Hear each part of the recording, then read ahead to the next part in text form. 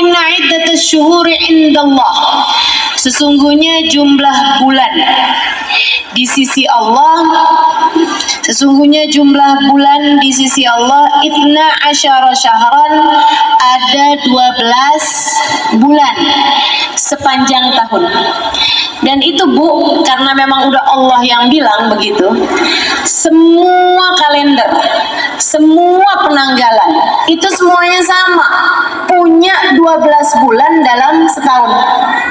Mau penanggalan Arab, mau penanggalan yang pakai matahari, penanggalan Masehi kita sebutnya ya, ataupun penanggalan Jawa, ada kan tuh kalender Jawa yang kayak Kliwon, Pahing, Wage, Legi, apalagi tuh kan, Pon, ya.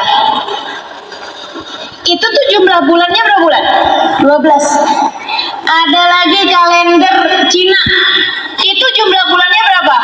12. Ada kalender India, orang India juga punya kalender Bu. Itu ibu-ibu sekalian, orang India juga punya kalender gitu. Nah kalendernya juga berapa bulan dalam setahun? Sama, 12. Karena memang Allah SWT atur kayak begitu. Bulan nih dalam satu tahun isinya ada 12 bulan. Yauma khalaqas samawati wal ardh, sejak Allah menciptakan langit dan bumi, Allah memang sudah memberikan ketetapan bahwasanya jumlah bulan dalam sepanjang tahun ada 12 bulan. Nah, dari 12 bulan ini minha arba'atun hurum, di antaranya ada 4 bulan yang mulia. Jadi 4 bulan mulia ini bukan hanya di zaman Nabi Muhammad, bukan hanya di masa adanya umat Islam, bukan hanya mulia di mata umat Islam, akan tetapi yauma khalaqas samawati wal ardh, sejak Allah menciptakan langit dan bumi. Jadi sejak zamannya Nabi Adam tinggal, itu Allah udah ngasih tahu 4 bulan ini mulia. Dan kepada Nabi Nuh Allah bilang, Nuh 4 bulan ini mulia Nuh. Kepada Ibrahim 4 bulan ini mulia. Kepada Nabi Musa kepada Nabi Isa, semua nabi-nabi itu Allah SWT menjadikan 4 bulan ini mulia, termasuk untuk umat Nabi kita Muhammad Sallallahu Alaihi Wasallam. Hanya saja ditambahin buat umat Nabi Muhammad ini Bu, alhamdulillah, ditambahin selain daripada 4 bulan mulia ini, ada bulan yang merupakan sayyidus syuhur, pemimpin seluruh bulan, masa panen kebaikan bagi semua umat Islam, namanya bulan suci Ramadan. Nah, itu hadiah secara khusus untuk umat Nabi Muhammad Sallallahu Alaihi Wasallam. Selebihnya 4 bulan yang saya sampaikan mulia ini memang dari sejak zaman Nabi Adam sampai dengan Nabi kita Muhammad atau akhir zaman, semuanya menyaksikan bahwa 4 bulan ini adalah 4 bulan yang mulia. Nabi ketika menceritakan tentang 4 bulan yang mulia ini, kata Nabi Muhammad, salasasart wahid fard, 3 bulannya berturut-turut, yang 1 bulannya menyendiri. Wa ammasart, kata Nabi Muhammad, yang berturut-turut, Dzulqa'dah bulan ke-11, Dzulhijjah bulan ke-12, Muharram bulan ke-13. Enggak, Muharram bulan ke-1, bulan pertama. Tapi meskipun dia bulan pertama sama bulan ke-12, karena bulan ke-12-nya bulan terakhir, makanya jatuhnya jadi nyambung gitu ya. Dzulqa'dah, Dzulhijjah, Muharram. Dzulqa'dah ibu-ibu tahu kan, habisnya Syawal. Habisnya Syawal ya Bu ya. Orang Jawa nyebutnya bulan Apit, ya kan? Kenapa bulan Apit? Karena dia diapit 2 hari raya. Hari raya Idul Fitri sama hari raya Idul Adha. Di antara Syawal sama Dzulhijjah adanya Dzulqa'dah. Gitu kan? Dia bulan kejepit tuh. Bulan kejepit ya Bu ya, Dzulqa'dah. Itu udah merupakan bulan yang mulia. Dzulqa'dah, Dzulhijjah, kemudian Muharram. Wa amma fard, nah yang menyendiri bulan apa nih Rasul? 4 bulan kan mulia tuh, yang menyendiri bulan apa? Rajab, kata Nabi Muhammad, adalah bulan yang menyendirinya. Ini Bu, kalau saya pikirin ya, kenapa Allah SWT jadikan ada bulan-bulan yang lebih utama daripada bulan-bulan yang lain? Adalah karena rahmatnya Allah kepada kita sekalian. Jadi bikin dosa tuh nggak nyampe numpuk. Ya Bu, Muharram mulia. Oleh dari bulan pertama nih, Muharram mulia. Kita di bulan Muharram ada yang namanya tanggal 10, disebut dengan nama hari Asyura, ya kan? Muharram mulia. Abis gitu ketemu Safar nggak ada. Safar nggak ada.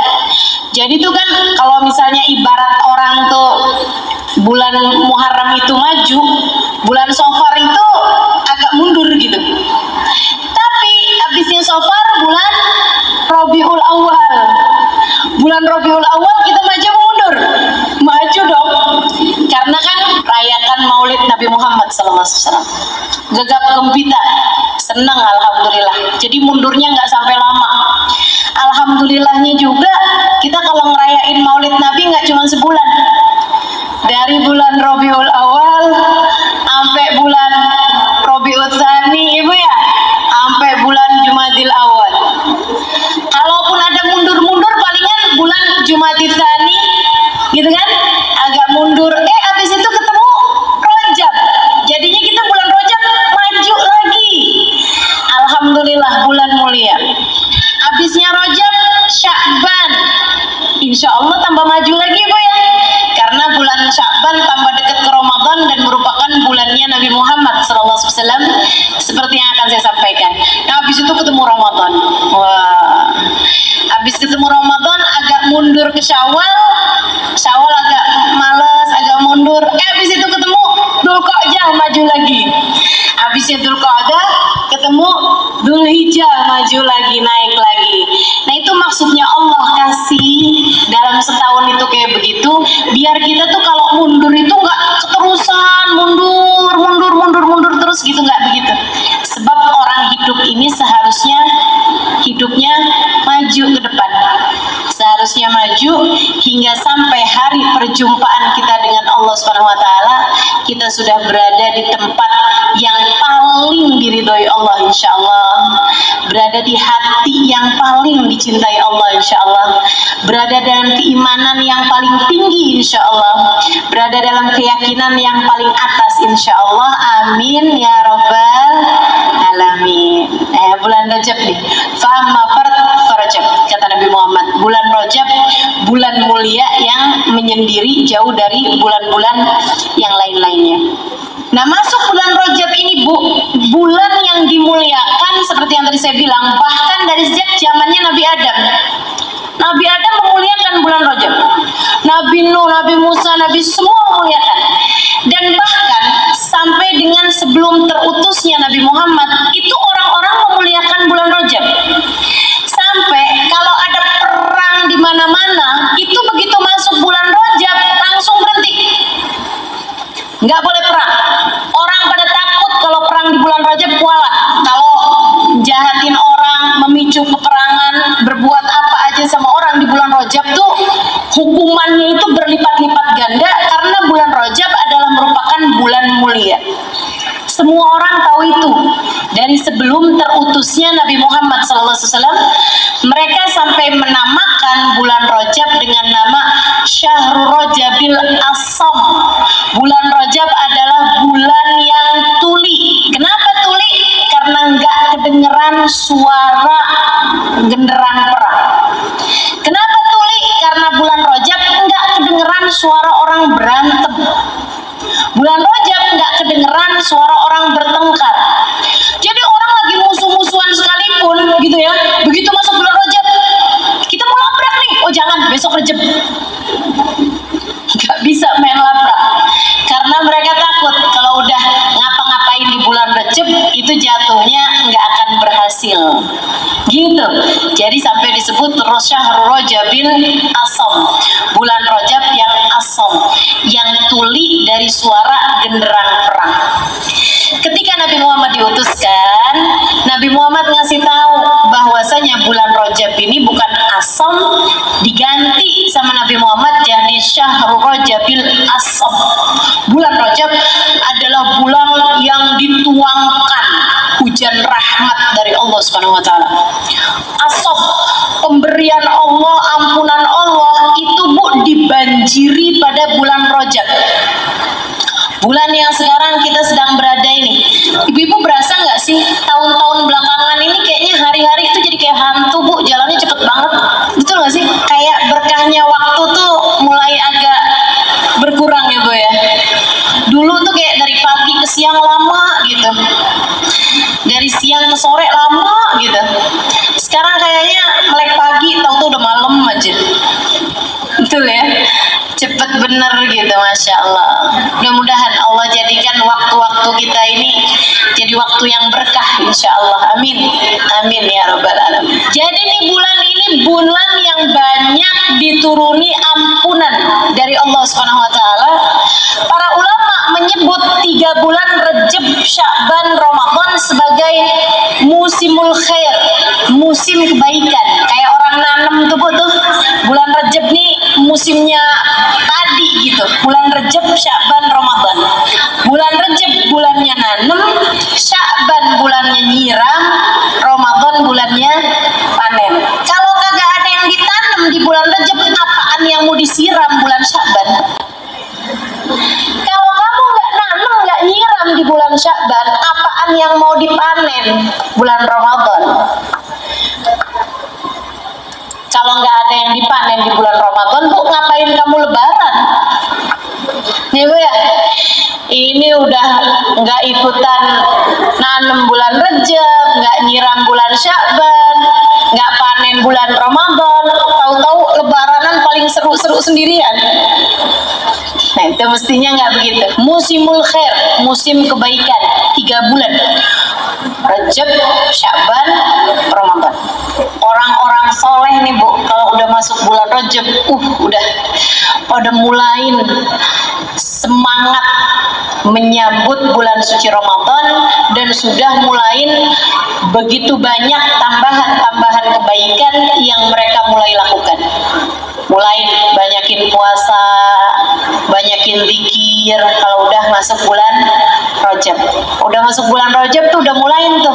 Waktu saya tinggal di Tarim udah masuk bulan Rajab tuh mulain rame-rame doa, rame-rame menyambut Rajab dengan ucapan mabruk alaikumusyahr, mabruk alaikumusyahr. Semoga bulan kalian menjadi bulan yang diberkahi. Jadi kalau ketemu sama orang mabruk alaikumusyahr gitu, pada saling mengucapkan ucapan selamat pada bulan Rajab. Karena mereka jadi kayak yang wah udah mulai masuk nih musim-musim kebaikannya. Mudah-mudahan kita nggak terhalang dari musim kebaikan untuk periode tahun ini, insya Allah ya, untuk periode tahun ini.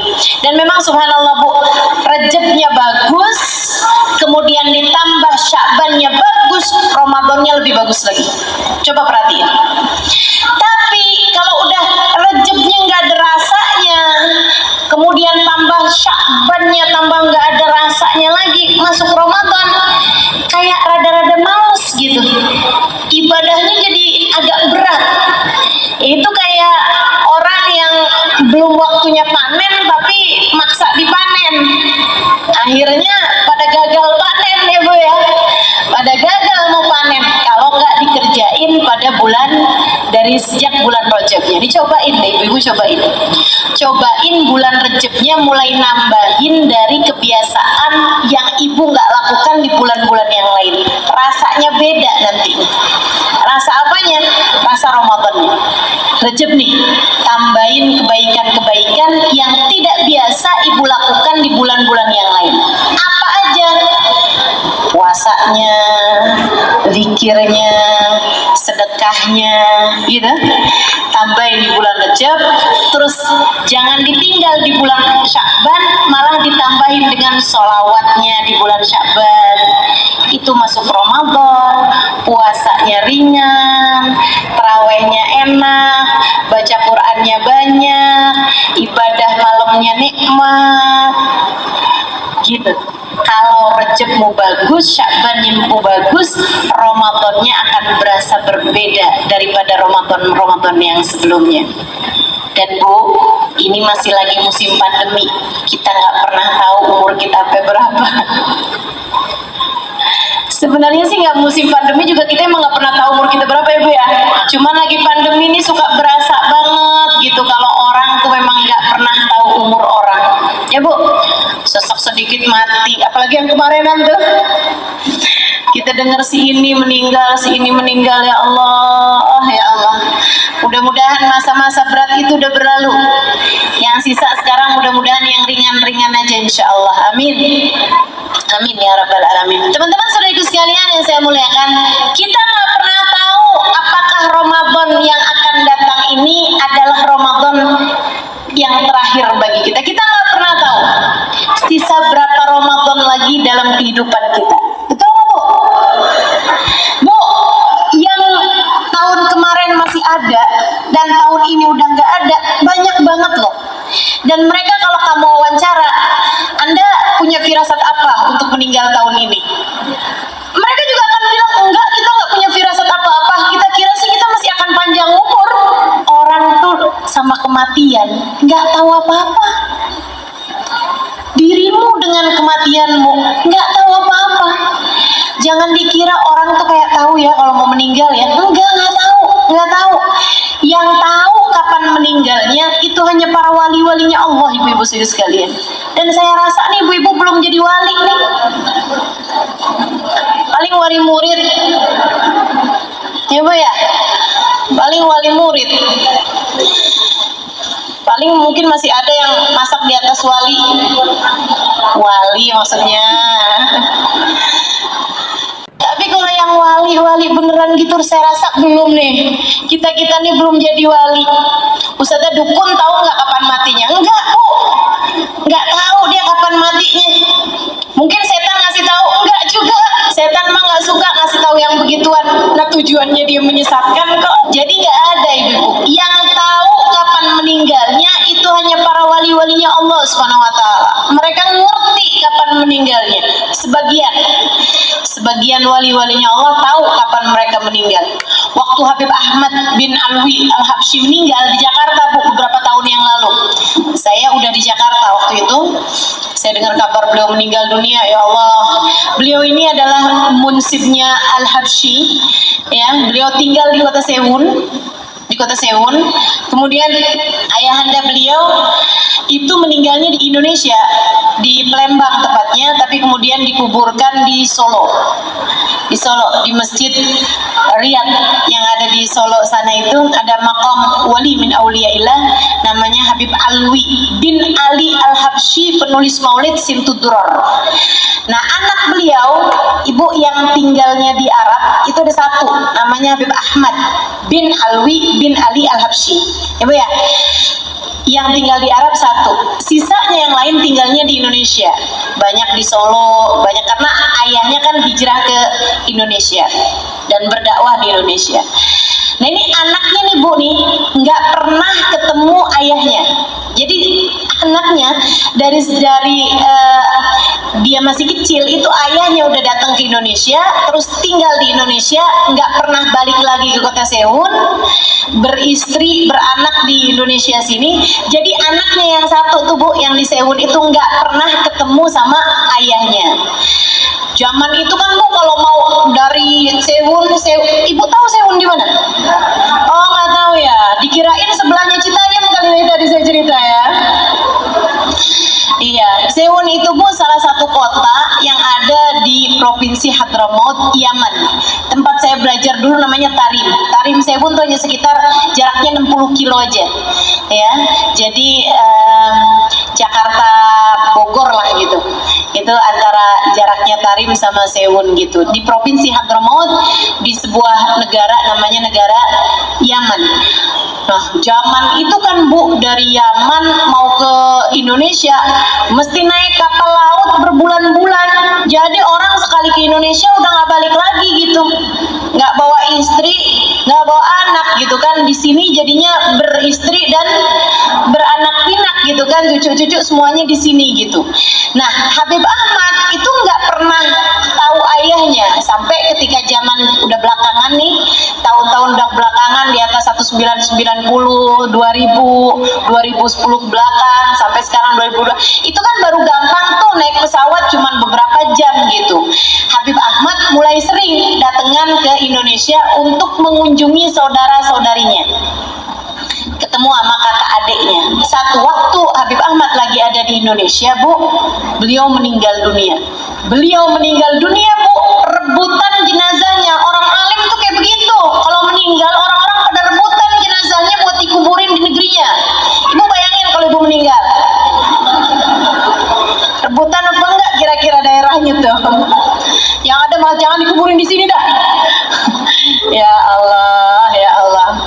Masya Allah, ibu-ibu sekalian, jadi waktu beliau meninggal, saya nggak ingat tahun 2000 berapa itu ya, mungkin sekitar 2010 barangkali begitu, hampir-hampiran kurang lebih segitu ya. Nah itu beliau itu, Bu, orang-orang rebutan, katanya orang-orang Jakarta, kuburin di Jakarta aja. Jadi kita alhamdulillah ketambahan satu makom lagi untuk kita ziarahin ya Bu ya, karena makomnya orang soleh tuh, Bu, tempat turunnya hujan rahmatnya Allah, makomnya para wali, makomnya orang-orang yang mulia. Habib Ahmad ini, Bu, salah satu orang mulia yang pernah saya temuin. Ibadahnya, akhlaknya, kemuliaannya, Masya Allah, Masya Allah, ilmunya luar biasa. Jadi orang Jakarta nih, keluarganya yang ada di Jakarta, udah dikuburin di sini aja. Meninggal di sini berarti dimakamin di sini. Orang-orang Solo pada bilang, enggak dong, dikuburinnya di Solo, biar barengan sama abahnya, sama ayahnya gitu. Ayahnya dikuburin di Solo, dia dikuburin di Solo. Katanya orang Jeddah, anaknya itu ada di Jeddah. Dia bilang, boleh nggak dikirimin ke Jeddah aja, biar saya kalau mau ziarah ayah saya deket gitu. Katanya orang Sewunnya, orang Yamannya, mereka bilang beliau ini kan aslinya orang Yaman, jadi sebaiknya dikembalikan, naikkan pesawat jenazahnya, jadi dikuburkan di Yaman aja bersama dengan seluruh keluarganya. Kita kuburkan di dekat sama kuburan kakeknya, yaitu Habib Ali Al-Habsyi, penulis kitab Maulid Simtuturor yang ibu-ibu biasa baca itu. Rebutan, Bu, namanya orang soleh jenazahnya, dan mereka semuanya mau, ayo deh bayar deh, yang penting dikuburin di Sewun gitu, atau yang penting dikuburin di Jeddah. Ibu-ibu sekalian, lagi mereka ribut-ribut mau dikuburin di mana, datang salah satu dari teman beliau, temennya Habib Ahmad. Dia bilang, Habib Ahmad pesen kalau beliau meninggal dunia, tolong buka tas koper yang kemana-mana beliau selalu bawa. Jadi ada orang soleh nih, Bu ya, seorang wali min auliya, seorang ulama, kemana-mana memang kalau pergi kemana selalu aja bawa tas koper gitu. Orang-orang nggak tahu isinya apa gitu kan, tapi waktu beliau meninggal dunia, beliau pesen sama salah satu temennya, nanti kalau saya meninggal dunia mintain orang buat buka koper itu. Jadi akhirnya, Bu, dibukalah si koper itu. Ibu tahu isinya apa? Ibu nggak tahu, saya juga enggak deng. Saya tahu isinya karena saya diceritain ya, Bu ya. Dibukalah isi koper itu, dan ini, Bu, saya tahu persis sejarah ini, bukan diceritain, tapi saya juga salah satu di antara orang yang melihat jenazah beliau ketika beliau meninggal dunia, dan sempat bertemu beberapa kali sama beliau semasa beliau masih hidup. Makanya kalau saya pikir-pikir, kenapa gitu ya, saya tuh banyak ketemu sama orang-orang soleh di masa saya hidup nih. Saya sangat bersyukur itu, tapi saya lama loh mikirin ini. Kenapa ya? Saya tuh dari sejak di Hadramut, kemudian dari sebelum di Hadramut juga di Indonesia sini juga banyak berguru dengan orang-orang soleh-soleh gitu. Sampai ke Hadramut banyak ketemu orang soleh, baik laki-laki maupun yang perempuannya, hubabah-hubabah, wali-walinya Allah Subhanahu wa taala, para habaib-habaib, para ulama-ulama dunia, kelasnya dunia, ibu-ibu sekalian. Dan saya bisa tulis itu di buku Bidadari Bumi 1 maupun 2 ya, Bu ya.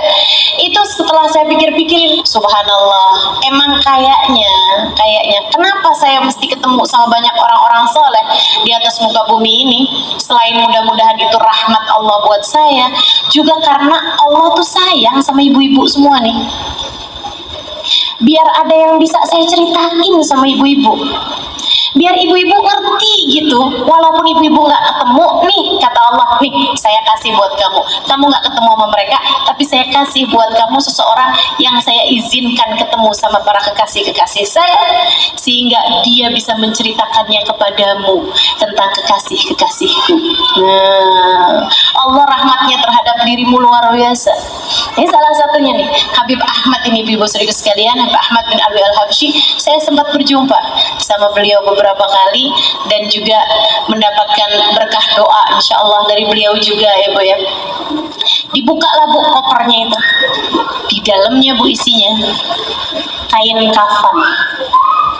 Ada ya orang pergi kemana-mana yang dibawa tas koper isi di dalamnya kain kafan.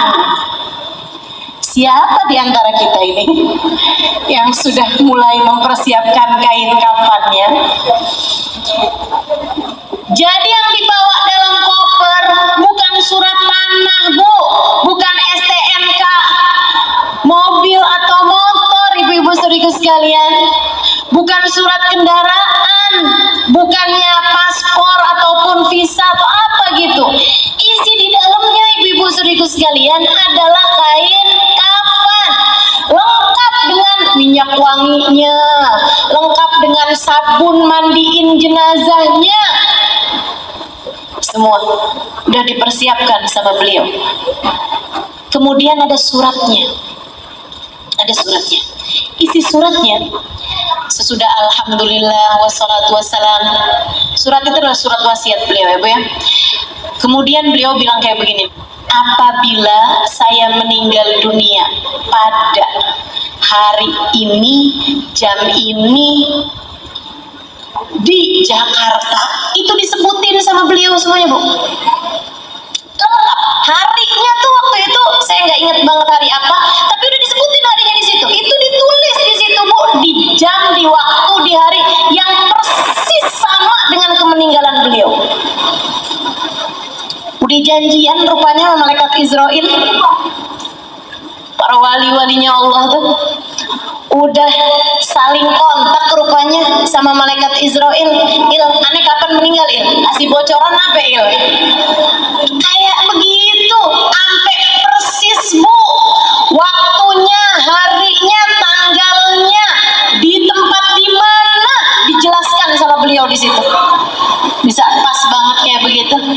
Ibu mau dokter profesional kayak gimana, nggak pernah tahu kan dia mati jam berapa, waktunya kapan. Betul apa enggak? Walinya Allah nih luar biasa, kasihnya Allah emang di atas dokter, di atas profesor, di atas semuanya orang Bu. Emang orang paling pinter ya para kekasih-kekasih Allah, sebab mereka adalah orang yang paling dekat dengan zat yang maha pandai, maha tahu segalanya, yaitu Allah subhanahu wa ta'ala. Kemudian beliau pesan, nanti tolong kuburkan saya di Solo, sebab saya ingin bersebelahan dengan ayah saya. Kuburkan saya di samping ayah saya, tapi agak mundurin sedikit, karena sebagai anak saya ingin berada di dekat ayah saya, di belakang ayah saya. Masya Allah. Sebab saya sewaktu hidup di dunia tidak pernah dekat dengan ayah saya. Saya ingin di dalam alam barzah saya bisa dekat dan bersama dengan ayah saya.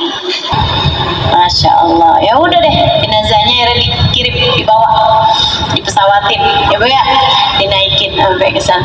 Ini kalau orang-orang soleh tahu kapan mereka waktunya meninggal, paham, ngerti. Saya juga cerita tuh di buku Bidadari Bumi tentang Baba Khadijah yang tahu persis kapan beliau meninggal dunia.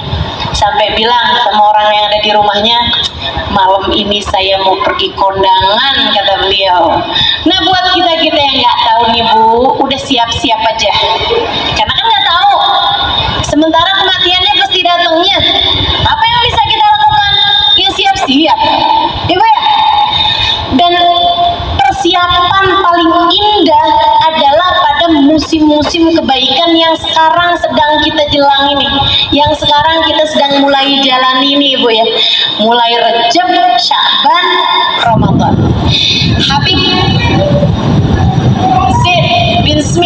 Madinah. Salah satu guru saya, ibu-ibu saya sekalian, Habib Zain bin Smith, Habib Zain bin Ibrahim bin Smith, Madinah. Ini juga salah satu dari orang soleh yang pernah saya temui. Salah satu dari wali min auliya illah yang pernah saya temui. Anaknya berkata, ayah saya hidup di dunia udah kayak di surga. Saya kalau lagi ada dekat sama ayah saya, rasanya kayak lagi ada di surga. Beliau akan duduk, akan baca Quran bersama-sama, akan nerangin maknanya Quran, akan nerangin tentang ceritanya sahabat, ceritanya para aulia, ceritanya para nabi, ceritanya baginda Nabi Muhammad SAW, cerita Sayyidah Fatimah, cerita Sayyidah Khadijah. Ya Allah, saya kayak ada di surga, kata anaknya. Makannya udah kayak orang-orang ahli surga, Bu. Nyoba ya, makan pakai adat, nggak ada ngomel-ngomel, ngobrol yang ringan-ringan. Ibu-ibu saya sekalian, antara sholat, antara zikir, antara ibadah. Anaknya cerita sama saya, Ustazah Halimah, dia bilang, walidi Sayyidil Walid, dia bilang, di setiap tangganya punya zikiran tersendiri. Ibu tahu, tiap turun tangga tuh punya zikirannya sendiri gitu. Jam sekian sampai jam sekian zikirannya apa, itu masing-masing punya aturan. Hidupnya tuh udah kayak di surga. Dia bilang, saya kalau udah lagi sama ayah saya kayak ada di surga. Nanti kalau saya pulang ke rumah, rumahnya ada beberapa rumah gitu jaraknya dari situ, baru tuh anak saya bilang, mama, kerannya mati mah, listriknya yang itu putus mah, nggak bisa nyala mah. Saya baru ingat, ya Allah, iya saya masih ada di dunia. Yang ruwet-ruwet ini kan urusan dunia, Bu. Betul? Betul nggak? Yang ruwet-ruwet ini adalah urusan dunia. Urusan akhirat mah nggak ada yang ruwet bikin adem. Betul nggak? Nih Bu lagi ngaji nih, urusan dunia, urusan akhirat. Urusan akhirat makanya adem-adem tuh, sampai pada ngantuk gitu. Dari tenang, adem, enak, ya Bu ya. Sejenak kita lupakan soal yang ruwet-ruwet di luaran. Urusan-urusan rumah, aduh enak benar. Diceritain tentang Habib Ahmad, diceritain tentang Habib Zain, nikmat luar biasa ya Bu ya. Ibu-ibu sekalian, Habib Zain yang mengatakan tentang bulan Rajab, katanya Habib Zain, Rajab syahrut tahliyah wa Sya'ban syahrut tahliyah.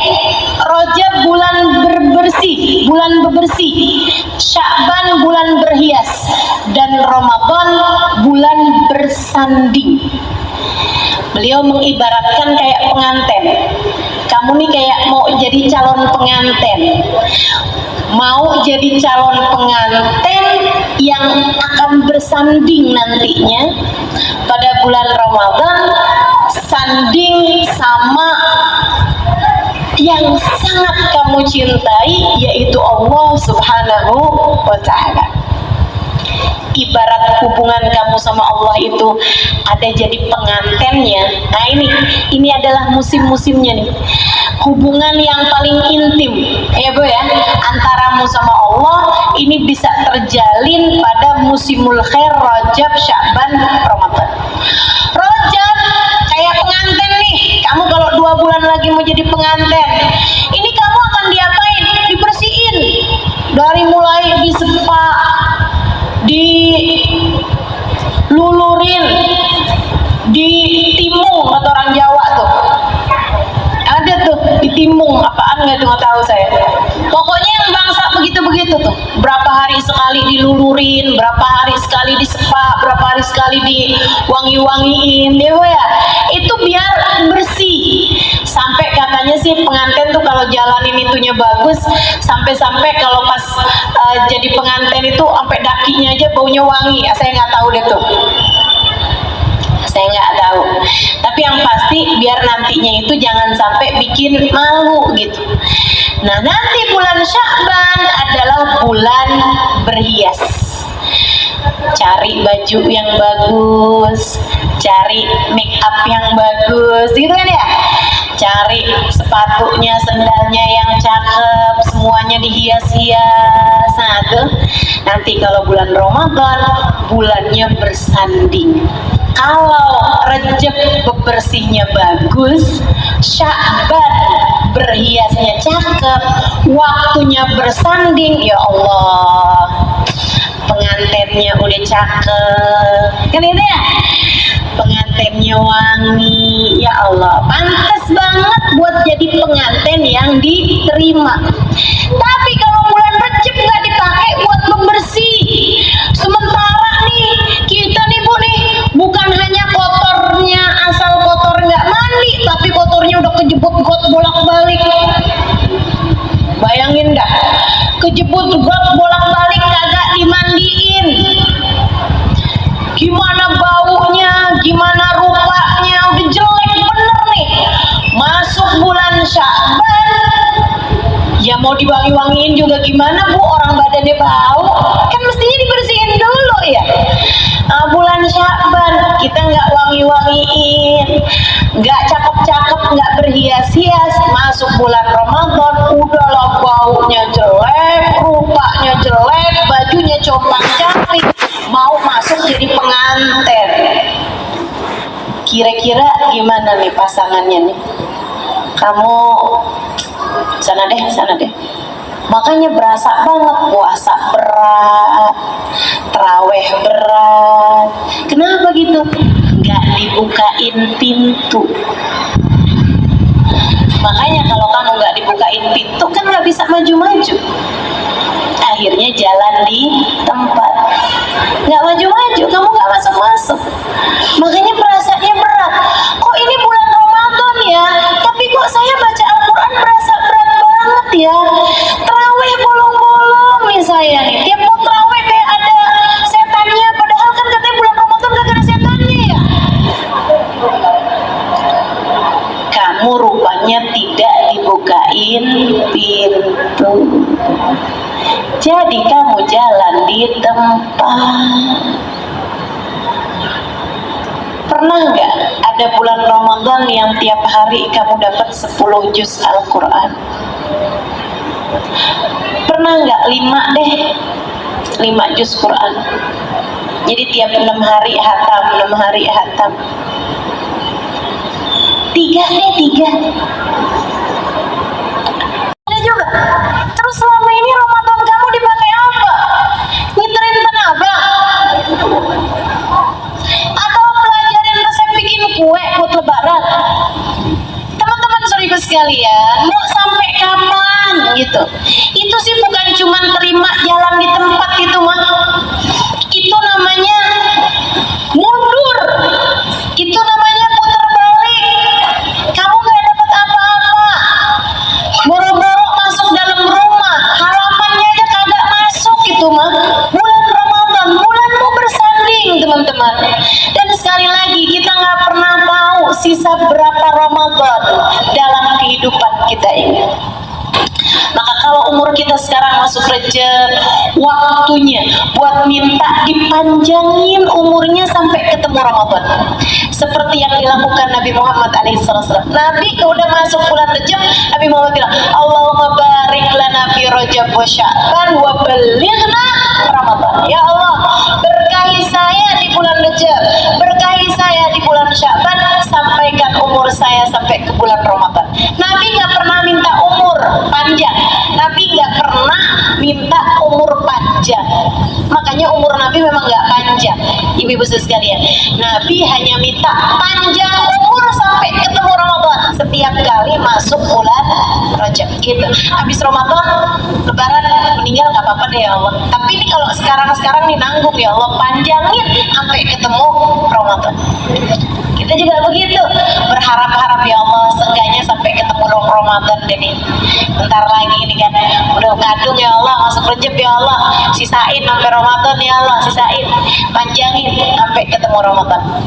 Nah kemudian bulan Rajab, bulan Sya'ban sampai bulan Ramadan kita jadikan sebagai bulan yang membuat kita layak untuk diterima, layak untuk dibukain pintu, layak untuk masuk dan menikmati setiap ruangan-ruangannya bersama dengan yang tercinta, bersama dengan kekasih hati kita, bersama dengan Sang Maha yang tidak pernah meninggalkan kita, Allah Subhanahu wa Ta'ala, bersama dengan manusia paling agung, baginda kita Nabi besar Muhammad sallallahu alaihi wasallam, bersama dengan umat Islam, bersama dengan orang-orang saleh, sehingga mudah-mudahan masuk Ramadan kita nikmati saat-saat Ramadannya, dan sesudahnya kita menjadi orang-orang yang didengarkan panggilan ya ayyatuhan nafsul mutmainnah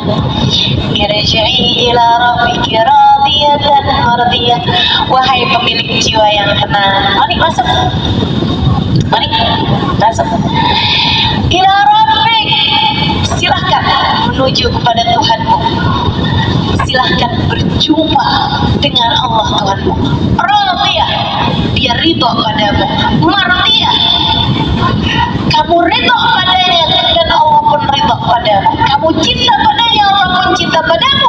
Fadkhuli fi ibadi, kata Allah, silahkan masuk ke dalam golongan hamba-hambaku. Wadkhuli jannati, silahkan nikmati semua yang aku miliki. Wah, Ramadan, teman-teman sekalian, biarin jadiin bernilai. Nah, caranya mesti mulai dari sekarang nih, dari Rejab nih, bersih-bersihnya yang benar, bersih-bersihnya ya benar. Kita mesti bersihin dari apa sih nih Ustazah ceritanya nih? Bersihin rumah, bersihin baju, bersihin apa nih? Bersihin catatan hidupmu dari dosa. PR banget ya tuh, PR. Apalagi jika selama ini kamu nggak bersih-bersihin, takutnya jadi numpuk sampahnya, takutnya jadi numpuk karat-karatnya, noda-nodanya, kotorannya. Aduh, biarin bersih. Gimana caranya dong ya Ustazah? Gimana nih caranya nih? Mau ngerjain biar Sya'bannya enak, biar Ramadannya enak, nih Recepnya mesti kayak gimana? Bersihin. Gimana caranya bersihin? Minta buat dibersihin. Yang bisa bersihin hanya satu, namanya Allah. Yang bisa ngapusin dosa-dosa kita dari catatan amal perbuatan kita hanya satu, fa innahu la yaghfiru dzunuba illa anta. Sesungguhnya tidak ada yang dapat mengampuni dosa-dosaku ya Allah kecuali Engkau ya Allah. Karenanya bulan Rajab jangan jauh-jauh dari permohonan ampun, jangan jauh-jauh dari istighfar, jangan jauh-jauh dari minta maaf sama orang-orang yang kita pernah berbuat salah, dan jangan numpukin dosa. Walaupun orang-orang banyak minta maaf pada hari Lebaran, saya sih lebih cenderung nih bulan Rajab nih jadiin bersih-bersih. Kalau kamu punya salah-salah sama orang, bulannya ini bulan Rajab, bulan bersih-bersih dari salahnya orang. Jadi yang masih lagi beranteman, daerah buruan sebelum masuk tambah banyak Recepnya, minta maaf satu sama lain ya Pak ya. Yang lagi masih ada nggak enak hati sama orang, udah buruan saling memaafkan satu sama lain. Saudara-saudari, kakak adik yang masih rebutan urusan warisan nggak kelar-kelar nih, nggak tahu berapa M nih warisannya nih, sampai bikin jadi beranteman saudara sama saudarinya. Ya Allah, serem bener. Jangan sampai itu menjadikan ampunan yang Allah turunkan pada bulan Rajab terhalang darimu. Yuk, yang punya hati perasaan benci gak enak sama siapapun, bulan Rajab bulanmu untuk berkata saya sudah memaafkan dia. Jangan ada yang disisain, satu orang aja jangan gini loh, ya Allah saya udah maafin salah semua orang ya Allah kecuali dia tuh, yang itu nggak bisa saya ya Allah. Ya gimana enggak ya Allah, dia tuh rebut laki saya. Aduh Udah Bu, udah nggak ada yang lebih berharga daripada Allah. Nggak ada yang lebih bermakna, bernilai bagimu lebih daripada ampunan Allah. Dan Allah akan mau menurunkan ampunannya kepadamu jika kamu juga memaafkan, mengampuni dosa semua orang, dan kamu juga minta maaf, minta ampun sama semua orang. Minta maaf sama orang dan juga maafin salahnya orang. Bu ya, man afa ufi. Siapa yang memaafkan salahnya orang, dia akan dimaafkan sama Allah. Coba periksa masing-masing. Mumpung masih bulan Rejab nih, periksa masing-masing. Ada nggak orang yang kamu sampai sekarang masih mengingat dia dengan penuh kebencian? Ada nggak orang yang sampai sekarang kalau kelebat wajahnya datang dalam ingatanmu, kamu langsung merasa marah kepadanya dan kamu bilang, aduh ya ampun, saya nggak bisa maafin dia? Kalau ada, buruan nih, bulan Rejab yang seperti ini, maafin. Sayangi dirimu, maafin salahnya orang. Kenapa gitu? Nih Bu, saya kasih tahu. Ampunan Allah tuh Bu, kalau mau turun kealangan sama kamu yang nggak bisa maafin salahnya orang, itu hanya akan bergantung antara langit dan bumi. Nabi yang ceritain.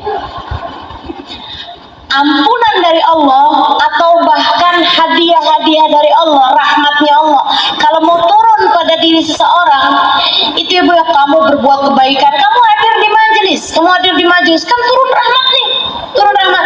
Tapi kalau hati kamu masih menyimpan dendam kepada satu, nggak usah banyak, satu orang aja, dendam, bener-bener kamu gak bisa maafin dia gitu, itu ibu saudara sekalian gantung. Yang lain-lain nih kejatuhan nih, kamu gantung di langit-langit, nggak bisa turun. Apa kata Allah?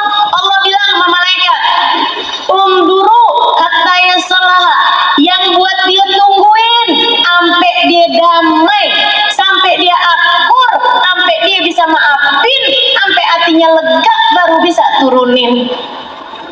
Kalau nggak lega-lega, ya nggak turun-turun.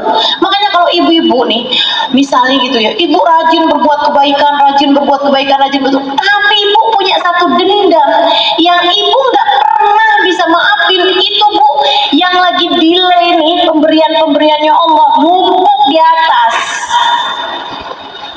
Sampai ketika kamu bilang, ya Allah, saya sudah memaafkan dia ya Allah, jatuh banyak banget ke ibu itu. Jangan biarkan pemberian Allah delay, tertunda dari atasmu itu.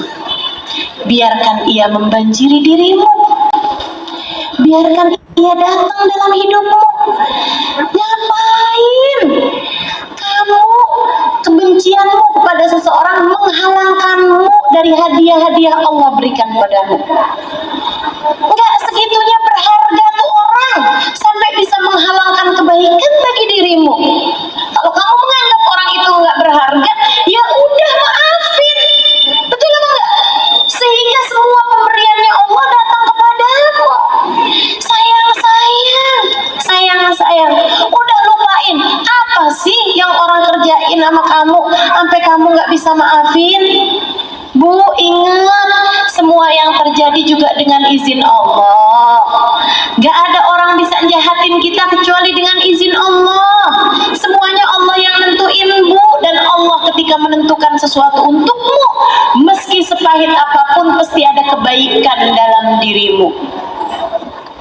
Allah ketika menentukan hal paling pahit sekalipun dalam hidupmu, pasti karena ada kebaikan dalam hidupmu itu. Maksudnya pada yang pahit itu pasti ada kebaikannya.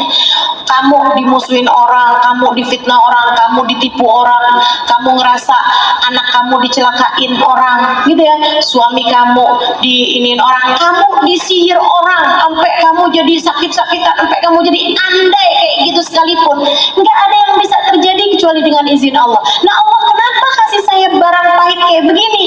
Semacam dokter ketika ngasih pil, ada nggak pil yang rasanya enak? hobi minum obat, ada nggak di sini kayak gitu? Gak ada. Pil tuh semua pahit. Semua jenis pengobatan rasanya nggak enak. Apa yang enak? Pengobatan tuh apa? Kalau nggak di kalau nggak minum pil pahit, kalau nggak di suntik. Enak apa nggak disuntik? Ada nggak orang sini yang hobinya disuntik? Nggak ada pasti. Apalagi pengobatan, dioperasi, ya Allah, enak. Sakit, nggak enak. Apalagi kalau penyakitnya berat, diapain nih obatnya? Di kemo. Ibu tahu di kemo itu diapain? Dimasukin obat yang membuat badanmu itu panasnya, jadi sel-selnya itu dipanaskan hingga dapat membunuh semua sel-sel yang ada dalam tubuh. Itu di kemo. Enak.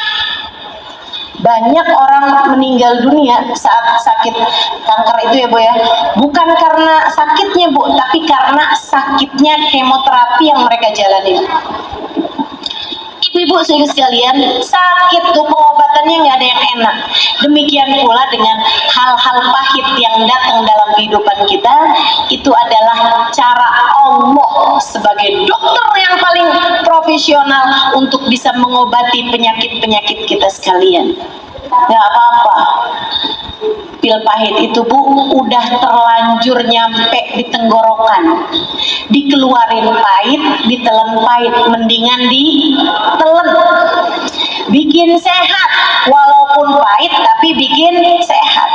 Nih kalau ibu-ibu dijahatin orang, ibu nggak mau maafin orang itu, tuh kayak ibu makan pil pahit, udah nyampe di tenggorokan ibu keluarin, udah lo pahit, ibu nggak sehat pula. Betul? Jadi maafin apa enggak nih? Insya Allah. Udah maafin aja. Ibu-ibu sekalian, dan salah satu hal yang membuat saya memutuskan untuk saya dalam hidup nggak mau nyimpen kebencian terhadap siapapun.